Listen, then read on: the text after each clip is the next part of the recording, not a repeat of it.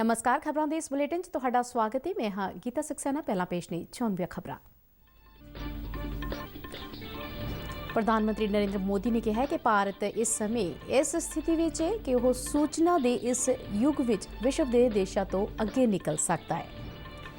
बेंगलुरु टैक सम्मेलन का वर्चुअल उद्घाटन करदਿਆਂ प्रधानमंत्री ने कहा है कि हुण समा आ गया है कि भारत में डिजाइन किए गए तकनीकी सल्यूशन विश्व में पहुंचाए जान।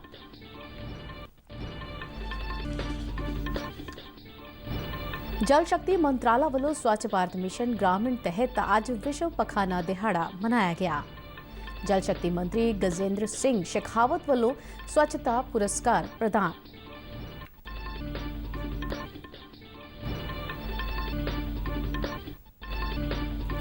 पश्चिम बंगाल के मालदा जिले में सूजापुर प्लास्टिक फैक्ट्री में हुए धमाके में 5 व्यक्तियों की मौत, 5 होर जख्मी।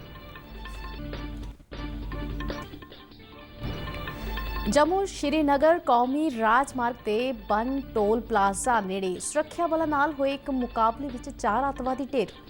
मुकाबले विच 2 पुलिसकर्मी भी जख्मी। सुरक्षा बलों वालों ट्रक विचों भारी मात्रा विच हथियार ते गोली सिक्का बरामद। केंद्रीय सेहत मंत्री डॉक्टर हर्षवर्धन ने भरोसा जताया है कि कोविड-19 वैक्सीन भारत के लोगों को आने वाले 2 महीनों में उपलब्ध हो जाएगी। भारत में बीते दिन 45,576 नवे कोरोना मामले दर्ज हुए, जबकि 48,493 कोरोना मरीज सेहतयाब हुए। कोरोना तो ठीक होने की दर 93.58% हुई।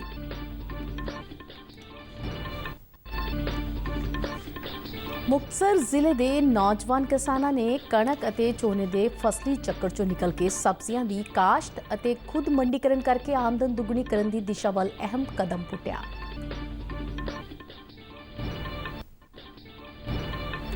शहीद भगत सिंह नगर जिले में विश्व पखाना दिवस मौके स्वच्छ भारत मिशन ग्रामीण फेज 2 तहत सामुदायिक पखाने बनाने की शुरुआत। ते हुण खबरां विस्तार नाल। प्रधानमंत्री नरेंद्र मोदी ने कहा है कि भारत इस समय इस स्थिति में है कि वह सूचना के इस युग में विश्व के देशों तो अगे निकल सकता है। आज बेंगलुरु टैक सम्मेलन का वर्चुअल उद्घाटन करदਿਆਂ उन्होंने कहा कि हुण समा आ गया है कि भारत में डिजाइन किए गए तकनीकी सल्यूशन विश्व में पहुंचाए जान। उन्होंने कहा कि भारत को बेहतरीन दिमाग और सब तो वड्डा बाजार है और भारत की सूचना तकनोलॉजी की विश्व के विच अपनी थां बनाने की समर्था है। Friends, when it comes to technology, the way ahead lies in learning and growing together. Inspired by that approach, a number of incubation centers are opening in India. Over the last few years, a great culture of hackathons has developed in India. प्रधानमंत्री ने भारतीय उत्पादों के विश्व मानकों के खरा उतरन के कुछ उदाहरणों का जिक्र किया। UPI प्लेटफॉर्म की जानकारी देंदਿਆਂ उन्होंने कहा कि इस नाल हर कोई डिजिटल भुगतान कर सकता है। तो पिछले महीने इस प्लेटफॉर्म के जरिए 2 अरब के वित्तीय लैन देन हुए। अजिहा ही एक प्लेटफॉर्म राष्ट्रीय डिजिटल सेहत मिशन लिए तैयार किया जा रहा है। प्रधानमंत्री ने कहा कि भूमि विवाद समाप्त करने और लोगों को शक्तिशाली बनाने की दिशा में स्वामित्व योजना एक अजिही ही पहल है जिस दे जरिए पेंडू खेतरों के विच लोगों को मालकाना हक प्रदान किया जाता है। सरकारी प्रोग्रामों को तेजी नाल पहुंचाने और पारदर्शिता को प्रोत्साहन देने विच सूचना तकनोलॉजी की मदद का जिक्र करदਿਆਂ उन्होंने दस्सिया कि सरकार की तरफों चुके गए तकनीकी कदमों नाल किवें प्रशासन के लाभ को समाज के अंतिम कतार के व्यक्तियों तक पहुंचाने विच मदद मिली है। उन्होंने कहा कि चाहे विश्व का सब तो वड्डा सेहत बीमा प्रोग्राम आयुष्मान भारत होवे जां गरीबां तक बिजली पहुंचाना ਅਤੇ उन्हां नूं रिहायश उपलब्ध कराउणा, इन्हां सब प्रोग्रामां नूं जल्द लागू कराउण लई तकनीकी हल कढना उन्हां दी सरकार दी नीति है। प्रधानमंत्री ने IT सनत नूं उदारवादी नीति का भरोसा दिता। उन्हां नौजवान पीढ़ी तो डाटा ते IT आधारित उत्पादन की सुरक्षा के लिए मजबूत साइबर सुरक्षा हल कढण ते भी जोर दिता। Digital India is no longer being seen as any regular government initiative.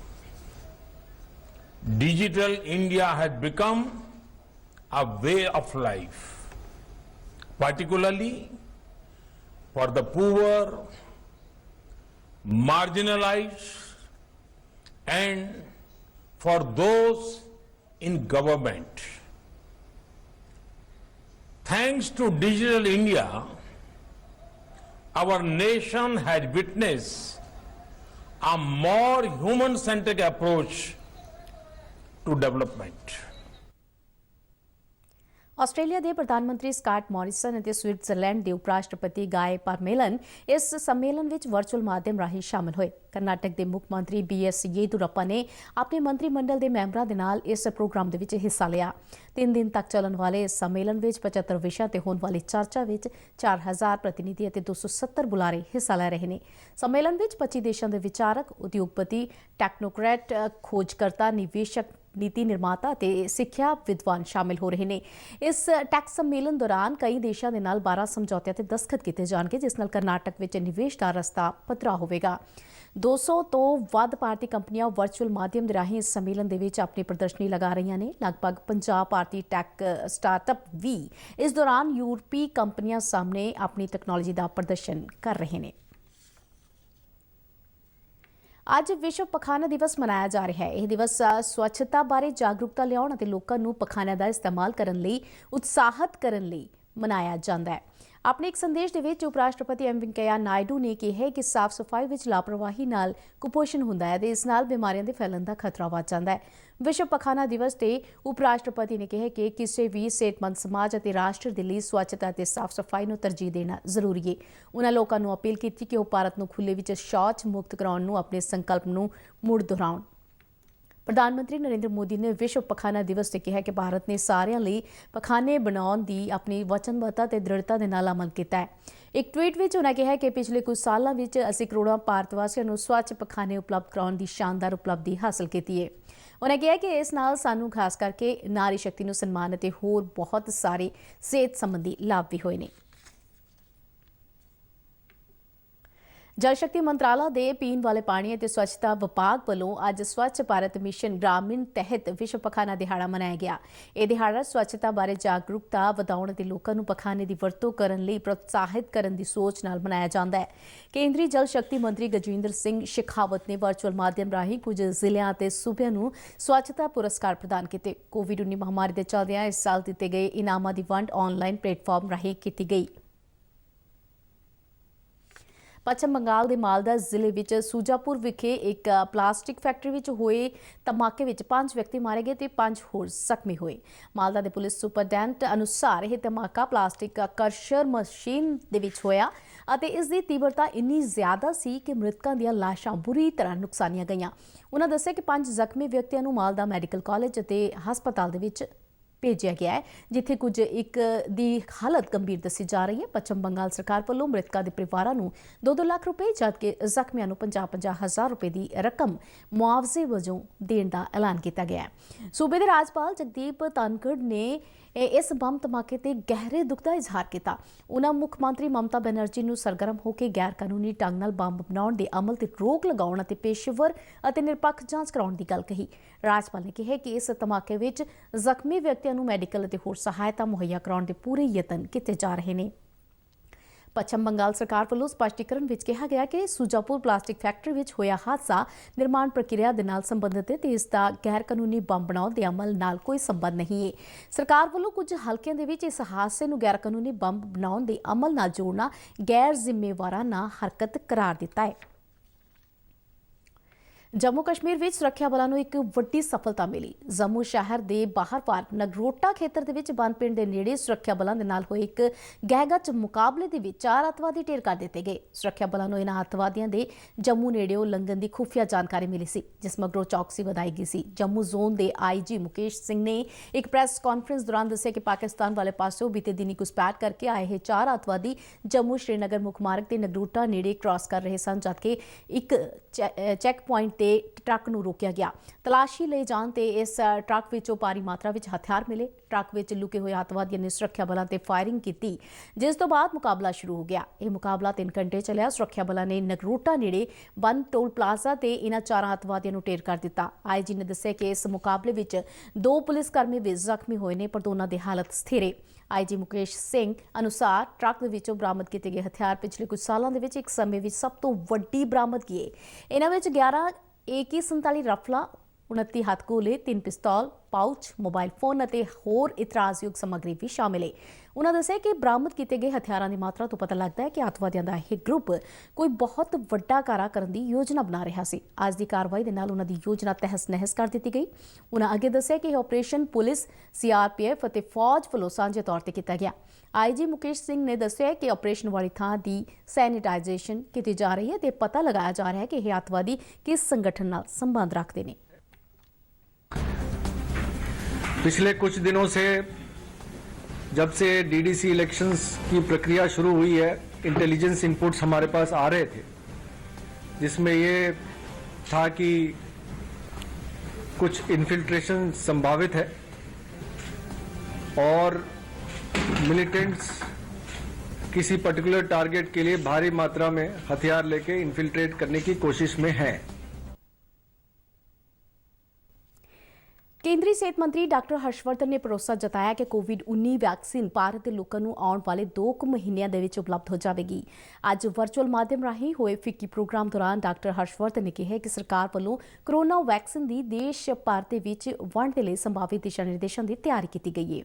ਉਨ੍ਹਾਂ ਕਿਹਾ ਕਿ ਕੋਵਿਡ ਯੋਧਿਆਂ ਤੋਂ ਬਾਅਦ ਕੋਰੋਨਾ ਵੈਕਸੀਨ 65 ਸਾਲ ਤੋਂ ਵੱਧ ਉਮਰ ਦੇ ਨਾਗਰਿਕਾਂ ਨੂੰ ਦਿੱਤੀ ਜਾਵੇਗੀ। ਸਿਹਤ ਮੰਤਰੀ ਨੇ ਕਿਹਾ ਕਿ ਅਗਲੇ ਸਾਲ ਜੁਲਾਈ ਅਤੇ ਅਗਸਤ ਮਹੀਨਿਆਂ ਦੇ ਵਿੱਚ 400 ਤੋਂ 500 ਮਿਲੀਅਨ ਕੋਰੋਨਾ ਦਵਾਈਆਂ ਦੀਆਂ ਖੁਰਾਕਾਂ ਦਿੱਤੇ ਜਾਣ ਦਾ ਅਨੁਮਾਨ ਲਗਾਇਆ ਗਿਆ ਹੈ, ਜਿਸ ਤਹਿਤ ਸ਼ੁਰੂਆਤੀ ਤੌਰ ਤੇ 30 ਤੋਂ 35 ਕਰੋੜ ਲੋਕਾਂ ਨੂੰ ਕਵਰ ਕੀਤਾ ਜਾਵੇਗਾ।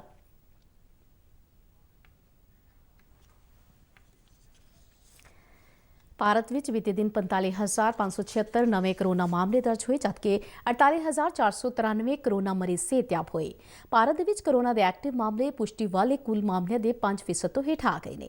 ਇਸ ਸਮੇਂ ਦੇਸ਼ ਦੇ ਵਿੱਚ 4,43,303 ਐਕਟਿਵ ਕੋਰੋਨਾ ਮਾਮਲੇ ਮੌਜੂਦ ਨੇ, ਜਿਹੜੇ ਕੁੱਲ ਕੋਰੋਨਾ ਮਾਮਲਿਆਂ ਦਾ 4.95% ਬਣਦਾ ਹੈ। 24 ਘੰਟੇ ਦੇ ਵਿੱਚ ਕੋਰੋਨਾ ਤੋਂ ਠੀਕ ਹੋਣ ਵਾਲੇ ਮਾਮਲਿਆਂ ਦੀ ਗਿਣਤੀ ਤਾਜ਼ਾ ਮਾਮਲਿਆਂ ਤੋਂ ਵੱਧ ਹੈ, ਜਿਸ ਨਾਲ ਕੋਰੋਨਾ ਤੋਂ ਠੀਕ ਹੋਣ ਦੀ ਦਰ ਦੇ ਵਿੱਚ ਵੀ ਸੁਧਾਰ ਆਇਆ ਹੈ, ਜੋ ਇਸ ਸਮੇਂ 93.58% ਦਰਜ ਕੀਤੀ ਗਈ।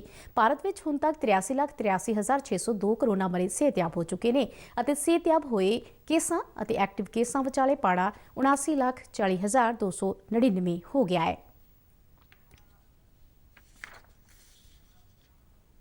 ਕੇਂਦਰ ਸਰਕਾਰ ਵੱਲੋਂ 2022 ਤੱਕ ਕਿਸਾਨਾਂ ਦੀ ਆਮਦਨ ਦੁੱਗਣਾ ਕਰਨ ਦੇ ਯਤਨ ਜਾਰੀ ਨੇ।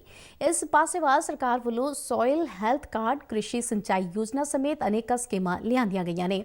ਕਿਸਾਨਾਂ ਨੂੰ ਵਧੇਰੇ ਕਮਾਈ ਲਈ ਜਿੱਥੇ ਕਣਕ ਅਤੇ ਝੋਨੇ ਦੀ ਫਸਲੀ ਚੱਕਰ ਤੋਂ ਬਾਹਰ ਆਉਣ ਦੀ ਸਲਾਹ ਦਿੱਤੀ ਜਾ ਰਹੀ ਹੈ, ਉੱਥੇ ਮੰਡੀਕਰਨ ਤੇ ਵੀ ਖਾਸ ਜ਼ੋਰ ਦਿੱਤਾ ਜਾ ਰਿਹਾ ਹੈ।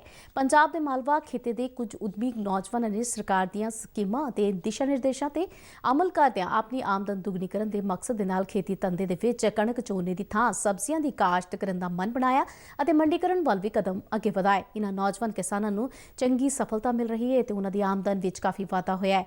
ਮੁਕਤਸਰ ਜ਼ਿਲ੍ਹੇ ਦੇ ਧੂੜਕੋਟ ਪਿੰਡ ਦੇ ਰਾਜਵਿੰਦਰ ਸਿੰਘ ਅਤੇ ਮੰਡਵਾਲਾ ਦੇ ਲੱਖਾ ਮੰਡ ਨੇ ਦੱਸਿਆ ਕਿ ਉਹ ਕਣਕ ਝੋਨੇ ਦੇ ਫਸਲੀ ਚੱਕਰ ਤੋਂ ਨਿਕਲ ਕੇ ਸਬਜ਼ੀਆਂ ਦੀ ਕਾਸ਼ਤ ਕਰਕੇ ਖੁਦ ਮਾਰਕੀਟਿੰਗ ਕਰ ਰਹੇ ਨੇ। ਉਹਨਾਂ ਕਿਹਾ ਕਿ ਉਹਨਾਂ ਵੱਲੋਂ ਸਬਜ਼ੀਆਂ ਬਿਨਾਂ ਸਪਰੇਅ ਤੋਂ ਉਗਾਈਆਂ ਜਾਂਦੀਆਂ ਨੇ ਅਤੇ ਉਹ ਫਰੀਦਕੋਟ ਅਤੇ ਮੁਦਕੀ ਵਿਖੇ ਗ੍ਰਾਹਕਾਂ ਤੱਕ ਸਿੱਧੇ ਤੌਰ ਤੇ ਸਬਜ਼ੀਆਂ ਪਹੁੰਚਾਉਂਦੇ ਨੇ। ਉਹਨਾਂ ਤੋਂ ਸਬਜ਼ੀਆਂ ਲੈਣ ਵਾਲੇ ਗ੍ਰਾਹਕ ਵੀ ਚੰਗੀਆਂ ਅਤੇ ਜ਼ਹਿਰੀਲੀ ਦਵਾਈਆਂ ਦੇ ਸਪਰੇਅ ਤੋਂ ਮੁਕਤ ਸਬਜ਼ੀਆਂ ਪ੍ਰਾਪਤ ਕਰਕੇ ਕਾਫੀ ਖੁਸ਼ ਨੇ। ਫਸਲੀ ਚੱਕਰ 'ਚ ਬਾਹਰ ਆਉਣ ਦਾ ਕਾਰਨ ਵੀ ਜਿਹੜੀ ਅਸੀਂ ਕਣਕ ਤੇ ਝੋਨੇ ਦੇ ਵਿੱਚ ਸਾਡਾ ਜ਼ਿਮੀਂਦਾਰ ਤਬਕਾ ਜਿਹੜਾ ਫਸਿਆ ਹੋਇਆ, ਇਹ 6 ਮਹੀਨਿਆਂ ਦੀ ਫਸਲ ਆ ਤੇ 2 ਹੀ ਫਸਲਾਂ ਅਸੀਂ ਇਹਦੇ ਵਿੱਚੋਂ ਲੈ ਸਕਦੇ ਹਾਂ। ਤੇ ਜੇ ਥੋੜਾ ਏਰੀਆ ਹਰੇਕ ਪਰਿਵਾਰ ਬਾਹਲਾ ਨਹੀਂ ਆਪਦੇ ਖਾਣ ਜੋਗਾ ਵੀ ਵਰਤੇ ਤਾਂ ਇੱਕ ਤਾਂ ਖਰਚਾ ਬਚ ਜਾਂਦਾ ਸਬਜ਼ੀ ਭਾਜੀ ਦਾ, ਤੇ ਦੂਸਰੇ ਨੰਬਰ ਤੇ ਵਧੀਆ ਜਾਣੀ ਕਿ ਬਿਨਾਂ ਰੇਹ ਸਪਰੇਅ ਤੋਂ ਆਪਦੀ ਤਿਆਰ ਕਰਕੇ ਬਿਮਾਰੀਆਂ ਤੋਂ ਬਚਿਆ ਜਾ ਸਕਦਾ। ਜਿਹੜੀ ਅੱਜ ਵਿਸ਼ਵ ਪਖਾਨਾ ਦਿਵਸ ਮੌਕੇ ਸ਼ਹੀਦ ਭਗਤ ਸਿੰਘ ਨਗਰ ਜ਼ਿਲ੍ਹੇ ਵਿੱਚ ਸਵੱਛ ਭਾਰਤ ਮਿਸ਼ਨ ਗ੍ਰਾਮੀਣ ਫੇਜ਼ 2 ਤਹਿਤ ਹਰੇਕ ਪਿੰਡ ਦੇ ਵਿੱਚ ਸਮੁਦਾਇਕ ਪਖਾਨੇ ਬਣਾਉਣ ਦੀ ਸ਼ੁਰੂਆਤ ਵਿਧਾਨਕਾਰ ਅੰਗਦ ਸਿੰਘ ਅਤੇ ਜ਼ਿਲ੍ਹੇ ਦੇ ਡਿਪਟੀ ਕਮਿਸ਼ਨਰ ਸ਼ੇਨਾ ਅਗਰਵਾਲ ਵੱਲੋਂ ਪਿੰਡ ਜਾਟਲਾ ਤੋਂ ਕੀਤੀ ਗਈ। ਇਸ ਮੌਕੇ ਅੰਗਦ ਸਿੰਘ ਨੇ ਕਿਹਾ ਕਿ ਪਿੰਡਾਂ ਦੇ ਵਿੱਚ ਸਾਂਝੇ ਪਖਾਨੇ ਬਣਨ ਦੇ ਨਾਲ ਲੋਕਾਂ ਨੂੰ ਜਿੱਥੇ ਵੱਡੀ ਸਹੂਲਤ ਮੁਹੱਈਆ ਹੋਵੇਗੀ ਉੱਥੇ ਸਾਫ਼ ਸਫਾਈ, ਸੁਰੱਖਿਆ ਤੇ ਚੰਗੀ ਸਿਹਤ ਨੂੰ ਯਕੀਨੀ ਬਣਾਉਣ ਦੇ ਵਿੱਚ ਮਦਦ ਮਿਲੇਗੀ। ਉਹਨਾਂ ਦੱਸਿਆ ਕਿ ਪਖਾਨੇ ਦੇ ਨਾਲ ਇੱਥੇ ਇੱਕ ਸੁੰਦਰ ਪਾਰਕ ਵੀ ਬਣਾਈ ਜਾਵੇਗੀ। ਅੰਗਦ ਸਿੰਘ ਨੇ ਕਿਹਾ ਕਿ ਜਾਟਲਾ ਤੋਂ ਇਸ ਮੁਹਿੰਮ ਦੀ शुरुआत करना एक चंगा शगन है क्योंकि इस कस्बे दे नाल इलाके दे कोई 40 पिंड जुड़े हुए ने। उन्हें कहा कि जाटला दी पंचायत वालों पहला भी सांझे कामां दे विच वध चढ़ के योगदान दिता जा रहा है, जिस सदका इत्थे एक कॉलेज स्थापित करने का सुपना भी साकार होण जा रहा है। डिप्टी कमिश्नर शेना अग्रवाल ने दस्सिया कि इस प्रोग्राम के पहले पड़ाव तहत जिले के 35 पिंडां दे विच सांझे पखाने बनाए जा रहे हैं, जिन्हां दी उसारी दी अज शुरुआत की गई।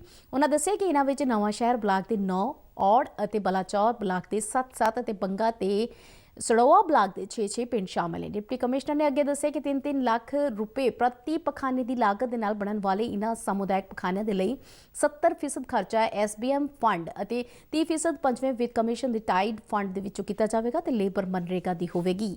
ਅਗਲੇ ਪੜਾਅ ਦੇ ਵਿੱਚ ਪਿੰਡਾਂ ਦੇ ਵਿੱਚ solid waste management, liquid management ਅਤੇ ਪਲਾਸਟਿਕ ਮੈਨੇਜਮੈਂਟ ਦੇ ਕੰਮ ਵੀ ਜੰਗੀ ਪੱਧਰ ਤੇ ਕਰਵਾਏ ਜਾਣਗੇ। ਇਸ ਦੇ ਨਾਲ ਹੀ ਖਬਰਾਂ ਦਾ ਇਹ ਬੁਲੇਟਿਨ ਖਤਮ ਹੁੰਦਾ ਹੈ। ਇਜਾਜ਼ਤ ਦਿਓ। ਨਮਸਕਾਰ।